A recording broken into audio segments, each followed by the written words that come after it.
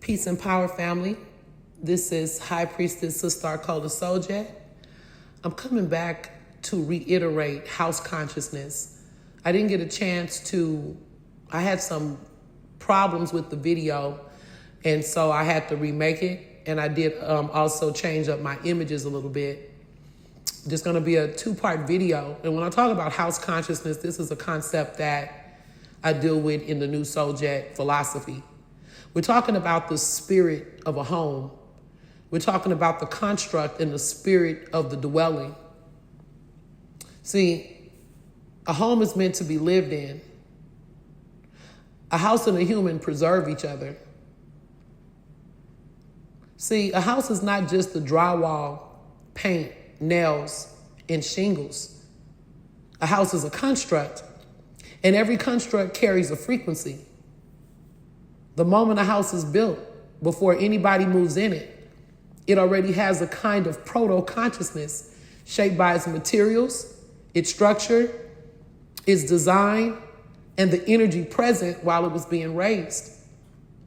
Yeah, see, even the materials, it has what we call Ashe, or the life force. See, in the Yoruba spiritual belief, they speak about all things with Ashe, such as metal and iron and wood and different things, snails, ants. Ifa considers everything that it had to go before the throne of God before it could be something, before it can be in existence and actually be something. And the way it becomes something is when we actually give it purpose. We're not allowing it to just rust and just be waste.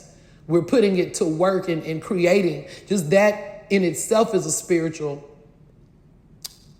movement.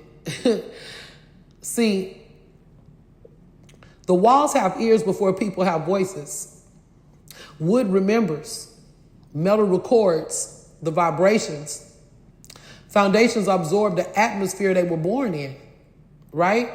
So even when you use certain materials and they came from certain atmospheres, they already carry a frequency. And this is why even an empty house has a feeling when you walk inside. It's listening, it's holding, and it's waiting. I remember years ago, me and my father was riding down Washington Boulevard in Beaumont, Texas, where I'm from and where I live currently. And we're just noticing some of the old neighborhoods, and used to have really beautiful houses, houses that are untouched by people.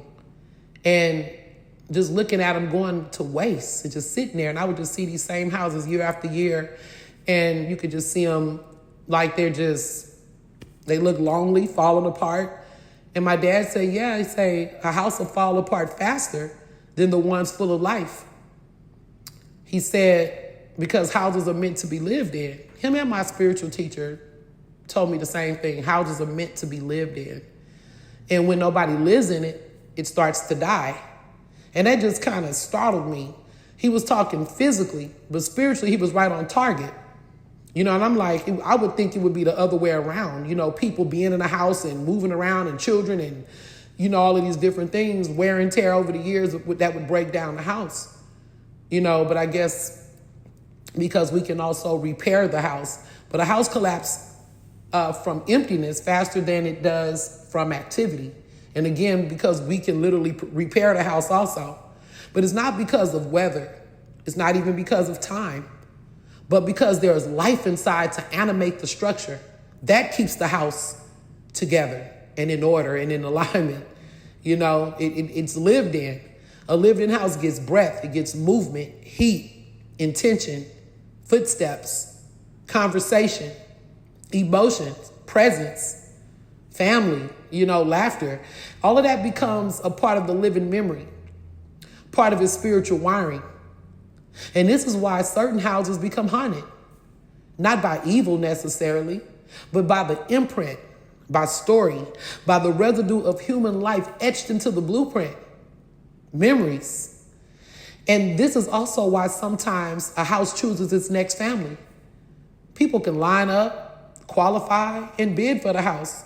But energetically, the house resonates with the one person or family than it do with the others. It knows who matches its frequency. And again, this is why sometimes people are haunted in houses. You're not even supposed to be there energetically, right? Because the house is not empty matter. It is a structure infused with the spirit from the moment of its creation. And then it is shaped by human life once it's occupied. So when you think of house consciousness, think of it as the spirit that forms when the structure meets habitation, the memory of everything the dwelling has held, the intelligence of the walls, the imprint of the lives lived inside, the symbolic relationship between building and being. This concept becomes even more powerful when we turn back towards ourselves. Because if the physical house needs life to remain stable and whole, what do you think the human house needs? Yes, the human house. And that's what I call the physical body, the spirit house, the dwelling place for the spirit.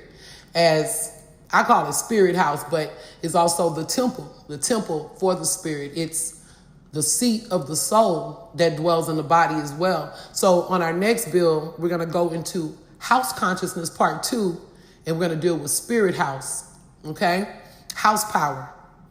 And then after that, we're going to deal with soul GPS. And I'm telling you, follow me, because if you haven't heard of things that I'm speaking of, if you want to be able to follow soul GPS, then it's good to tap into this video and then the one that will be following this, okay? So anyway, a house is alive. A home is a spirit. A dwelling is a witness. And the place you live is not just a shelter. It is a partner in your spiritual ecosystem. A home is meant to be lived in. A house and a human preserve each other, and they have a symbiotic relationship. That's why it's important for the energy we keep in our homes too. But anyway, you guys, I'm going to go ahead and end here. But yeah, I just want to say this. I have a sign in my house and that I just got from one of these sites, Amazon. And it says, please be mindful of the energy you bring into this space. And of course, it's for my guests or anyone entering my space, but it's also a reminder for me and the people that may live or dwell or visit my home, that when you in here, be mindful of the energy we bring into this space, because this is a space where we live, where we come for sanctuary and peace, and where we are being witnessed. You understand? Anyway, I thank you guys for tapping in, and it's going to be more. Metaphysical Monday will be resuming as well. You guys be patient with me, please, and y'all stay tuned for more.